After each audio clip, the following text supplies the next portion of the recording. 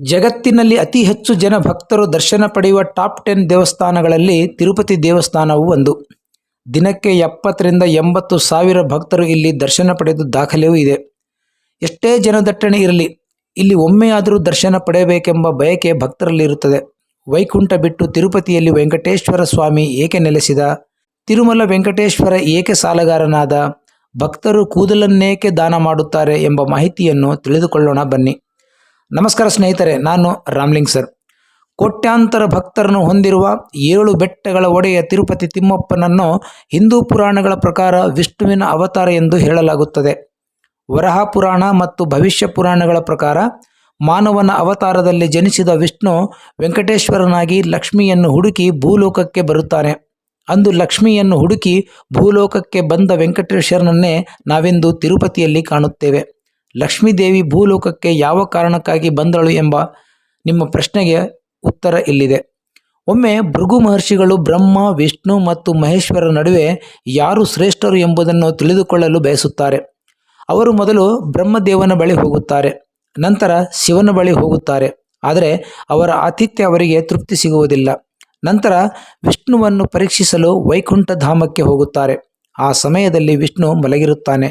ಭೃಗು ಮಹರ್ಷಿಗಳು ಬಂದಿರುವುದನ್ನು ಗಮನಿಸಿರುವುದಿಲ್ಲ. ಇದರಿಂದ ಕುಪಿತಗೊಂಡ ಭೃಗು ಮಹರ್ಷಿಗಳು ವಿಷ್ಣುವಿನ ಎದೆಯ ಮೇಲೆ ಒದೆಯುತ್ತಾರೆ. ಲಕ್ಷ್ಮೀದೇವಿಯು ವಿಷ್ಣುವಿನ ಎದೆಯಲ್ಲಿ ನೆಲೆಸಿರುವುದರಿಂದ ಆಕೆ ಅವಮಾನಿತಗೊಂಡು ವೈಕುಂಠ ಧಾಮವನ್ನು ತೊರೆದು ಭೂಲೋಕಕ್ಕೆ ಬರುತ್ತಾಳೆ.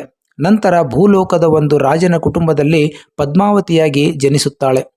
ವಿಷ್ಣು ತನ್ನ ಪತ್ನಿ ಮಹಾಲಕ್ಷ್ಮಿಯನ್ನು ಹುಡುಕುತ್ತಾ ಭೂಲೋಕಕ್ಕೆ ಬರುತ್ತಾನೆ. ತಿರುಪತಿ ಬೆಟ್ಟದಲ್ಲಿ ಧ್ಯಾನ ಮಾಡುತ್ತಾ ಕುಳಿತಿರುತ್ತಾನೆ. ಅವರ ಸುತ್ತ ಹುತ್ತ ಬೆಳೆದಿರುತ್ತದೆ.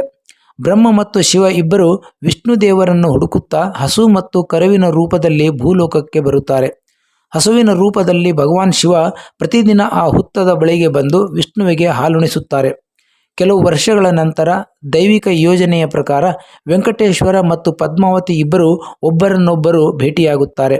ಆಗ ದೇವಾನುದೇವತೆಗಳು ಪದ್ಮಾವತಿಯ ತಂದೆ ರಾಜನ ಬಳಿ ಬಂದು ಮಗಳನ್ನು ವಿಷ್ಣುವಿನೊಂದಿಗೆ ವಿವಾಹ ಮಾಡಿಸಿಕೊಡುವಂತೆ ಕೇಳಿಕೊಳ್ಳುತ್ತಾರೆ.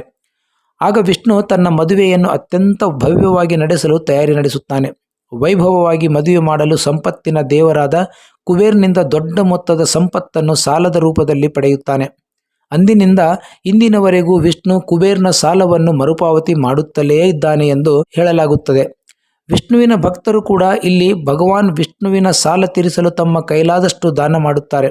ಕೆಲವರು ಕಾಣಿಕೆ ರೂಪದಲ್ಲಿ ಮಾಡಿದರೆ ಇನ್ನು ಕೆಲವರು ತಮ್ಮ ಕೂದಲನ್ನು ದಾನ ಮಾಡುತ್ತಾರೆಂದು ನಂಬಲಾಗಿದೆ.